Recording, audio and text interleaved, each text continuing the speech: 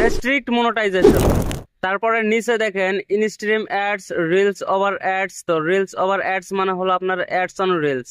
তারপরে দেখুন স্টার্স, আদার মনিটাইজেশন টুল, সাবস্ক্রিপশন, এই সবগুলা কিন্তু একদম লাল বাতি জ্বলে গেছে।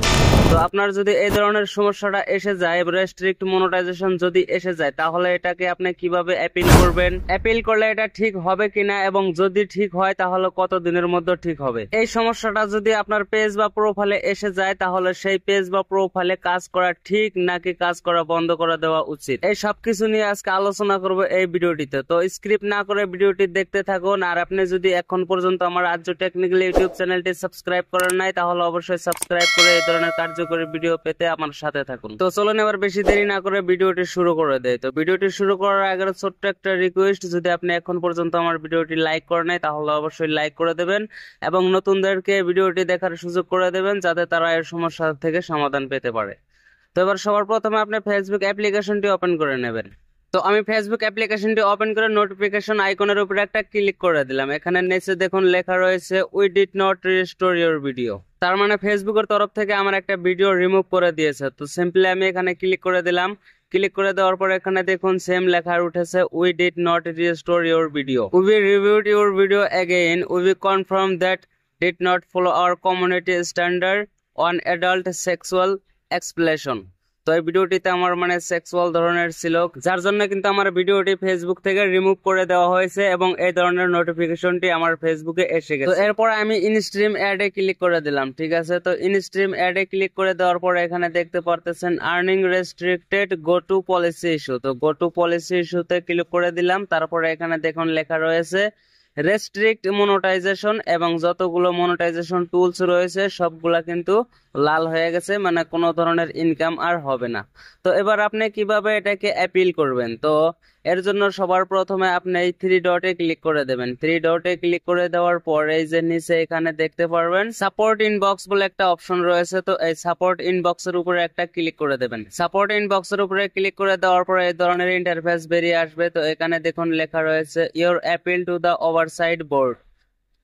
মূলত আপনার যে রেস্ট্রিকশনটা এসেছে এই রেস্ট্রিকশনটা কিন্তু ওভারসাইটের বোর্ডের মাধ্যমে আপনাকে অ্যাপ্লাই করতে হবে। তো এর জন্য আমি সিম্পলি ওভারসাইট বোর্ড অপশনটার উপরে একটা ক্লিক করে দিলাম। তো এখানে ক্লিক করে দেওয়ার পর এই ধরনের দেখুন এখানে আমার কেস নাম্বার লেখা রয়েছে।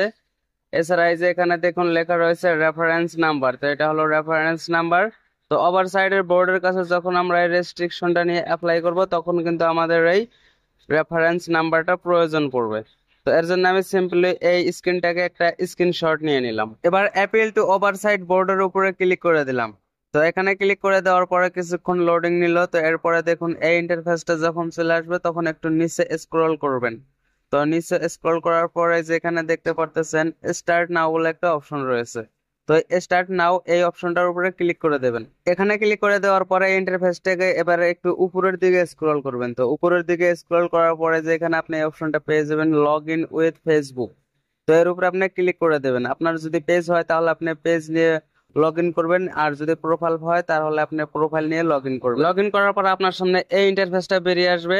তো এখানে দেখুন আপনাকে মূলত 5টা অপশন দেওয়া হয়েছে। তো এই 5টা অপশনের মধ্যে যে 4 নাম্বার যে অপশনটি রয়েছে এই অপশনটিকে আপনি সিলেক্ট করে নেবেন। তো এই অপশনটিকে সিলেক্ট করে নেওয়ার পর আপনি সিম্পলি কন্টিনিউতে ক্লিক করে নেবেন। তো আপনি চাইলে এগুলো সব পড়ে নিতে পারেন।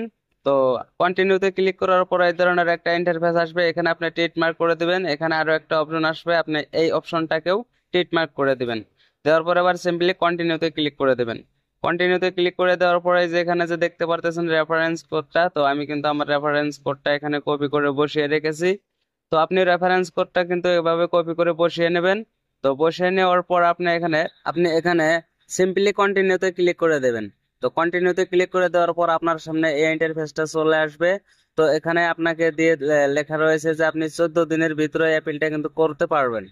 তো এবার কন্টিনিউতে ক্লিক করে দেবেন। তো কন্টিনিউতে ক্লিক করে দেওয়ার পর আপনার অ্যাপিলটা কিন্তু সাবমিট হয়ে গেল। তো এবার আপনার কথা হলো যে আপনার এই যে আপনি যে অ্যাপ্লাইটা করলেন এর রিপ্লাই কবে আসবে? তো দেখুন ফেসবুকের টিম থেকে আপনার এই ফিডব্যাকের রিপ্লাইটা 7 দিনের মধ্যেও দিতে পারে, 1 মাসের মধ্যেও দিতে পারে, 90 দিনের মধ্যেও দিতে পারে। আর যদি আপনার 90 দিন পার হয়ে যায় তাহলে কিন্তু আপনার এটার আশা করার চেয়ে না করাই ভালো। তো এই অবস্থায় আমি আপনাকে রিকমেন্ডেড করব আপনি এই পেজ বা আপনার এই প্রোফাইলটা ছেড়ে দিয়ে, মানে আপনার যে প্রোফাইল বা পেজে প্রবলেমটা এসেছে সেই প্রোফাইলটা ছেড়ে দিয়ে আপনি নতুন একটা পেজ বা প্রোফাইল বানিয়ে ফেসবুকের গাইডলাইন্স গুলা ভালো করে জেনে শুনে, হ্যাঁ ভালো করে মানে লক্ষ্য করে আপনি নতুন করে শুরু